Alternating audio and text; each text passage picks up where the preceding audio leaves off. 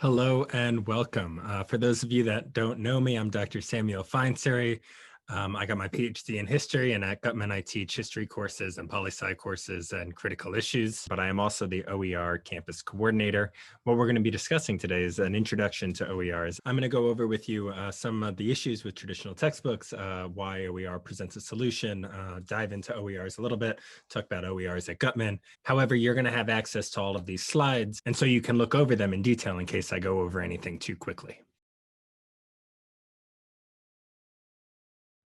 We first have to identify why would we want to leave traditional textbooks behind. A large part of that is because of the price, right? Our students often are coming from working class backgrounds, and particularly in times of COVID, money can be a little tight.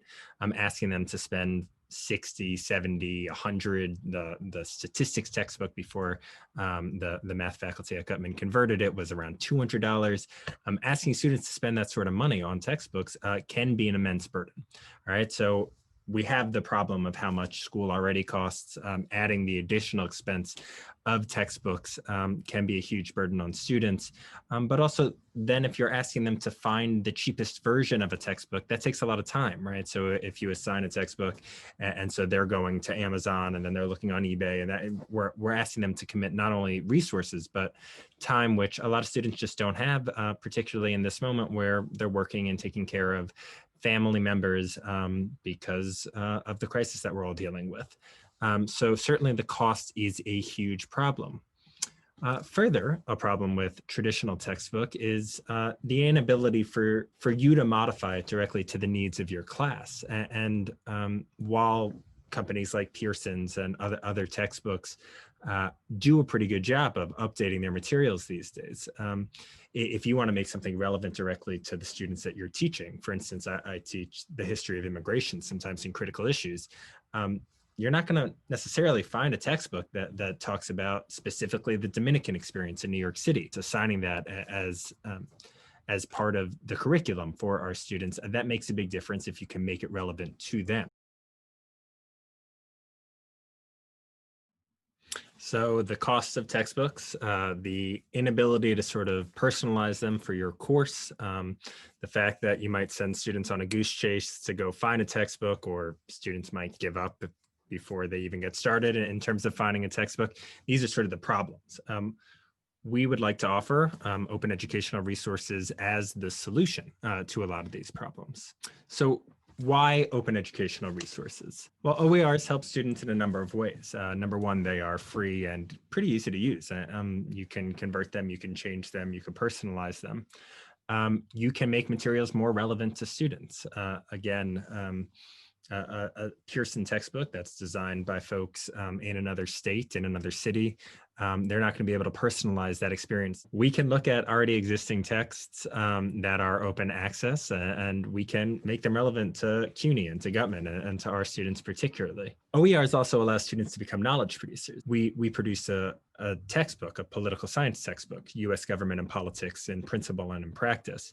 And for the first time, I'm going to be teaching it this semester. And we're encouraging students to sort of look over the material to give us feedback on what works and what doesn't work. We are empowering students to become producers of knowledge. And I think allowing students to take ownership of their own education and the ways that texts are taught in the future, I think that's really powerful for students, and it sort of changes what they imagine as their academic capabilities. With OERs, you can also take parts of different textbooks and combine them into new sources if you're creating new materials, right? So maybe you really like the way one article that is an open educational resource talks about U.S. foreign policy, and you like how another talks about civil liberties. If you're producing materials for students rather than being beholden to a single textbook that you're forcing everybody to buy, you can splice these together and create something new. If you're already asking students to pay $60, $70 for a political science textbook, and I'm just using that as an example, but it applies to any really subject material, you're not going to ask them to do that twice so that they could get the best parts of one textbook and the best parts of another textbook. If you're using open educational resources, then you can do that and not worry about overburdening your students with more financial costs.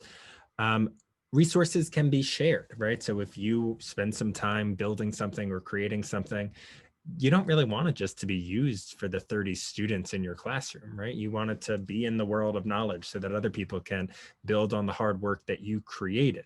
And this is to be expected, right? These are living documents. As time goes on, things are going to change, right?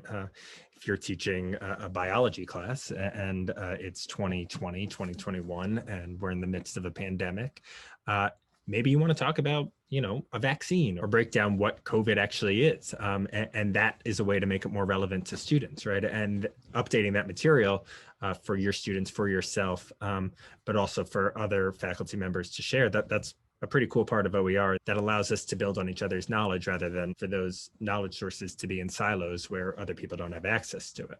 While we would encourage you all to pursue the creation of open educational resources and open access classes, we are hopeful at the very least that zero textbook cost becomes a goal in each of our classes to sort of reduce the financial burden on our students. There is a difference between zero textbook cost and open educational resources. That's sort of important to know.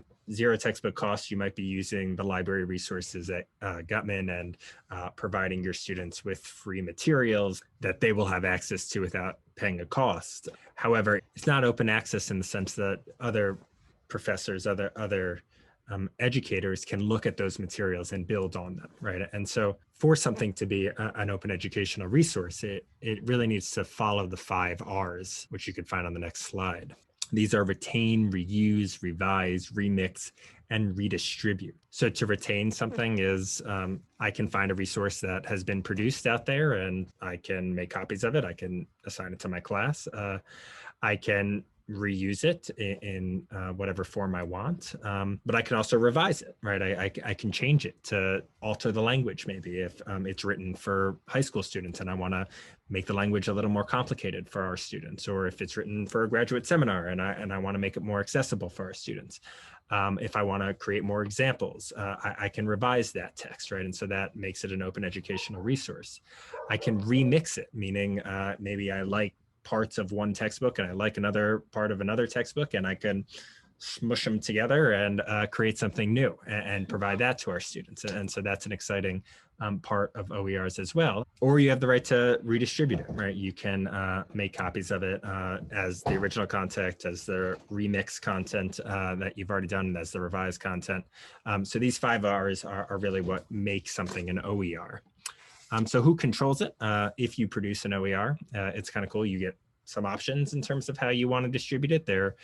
If you click on this link down here, it will read those out. I'm not going to spend too much time on that. I know a lot of you guys took this in the spring. And are they credible? This is one of the critiques that often gets lobbed against OERs because they're not peer reviewed in the same ways that something that goes through a traditional process is, but they're living documents, right? And they're also probably more up to date in some ways than published materials that have gone through the peer review process. And so they're able to talk to the moment, and you can change them and you can alter them to make them more credible in a way that you can use your own knowledge and your own expertise to do so. And here's sort of a guide to evaluate existing OERs for their credibility. There are already a ton of OERs that have been produced by Gutman faculty. I mean, most of you will probably know the Ethnographies of Work textbook. That is awesome and constantly being updated. And I know new chapters have been added recently. You can look through this.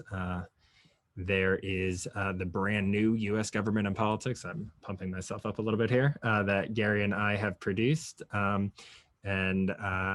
You could go through this sort of content. And if you are teaching something related to this realm, you can use this, alter it, change it however works for your class. Our math faculty have created an algebra and trigonometry textbook, and I know they are creating a pre-calculus textbook as well. We have other courses like the one created by Professor New on web technologies and multimedia. There's an open statistics course that Shadi created, lots of chemistry materials created by Professor Kim. Carla Fuller has done a ton with creating OERs for biology. So OER already exists in Gutman, and if you're interested in sort of creating your own or pursuing a project, I would recommend talking to one of these faculty members who's already sort of dove in. So this brings us to the assignment. We're going to ask how maybe you would modify something that you're going to use in your class. And this could be a 4-page textbook. We're not asking you to go and find a resource at this point, but how would you maybe modify it to make it more relevant? And so I've given you a few examples here, right? If you're teaching a poli-sci course, talking about the Trump presidency and unraveling the 2020 election will make it more relevant to your students as opposed to using last year's text that doesn't dive into what happens when a presidential candidate doesn't give up the election, right? That's a conversation that you can include if you're teaching a poli-sci course. If you're teaching a communications course, maybe you want to talk about social media that is blowing up right now, like TikTok. Again, if you're teaching biology, maybe you're talking about COVID. If you're teaching a history course, maybe you're making it more relevant to New Yorkers and the immigrant experience in New York, and maybe the Dominican experience in New York, because a lot of our students come from that background. So what we're asking for this assignment is just look at the materials that you're planning on working with for the spring and think about, how can I update this? How might I make this more useful for the class that I'm teaching? Even if that's not a possibility, right? Even if you're using a Pearson's textbook, what we're trying to get you to do here is to imagine the ability to alter these texts. If you want to look around maybe to some of the materials that you will be using for spring, these are just sort of the big repositories, which you should hold on to as a resource of OERs, because there are a ton of wonderful, wonderful accessible materials that are free for students and that allow you to alter them in some ways. So I hope this was useful and have a great day.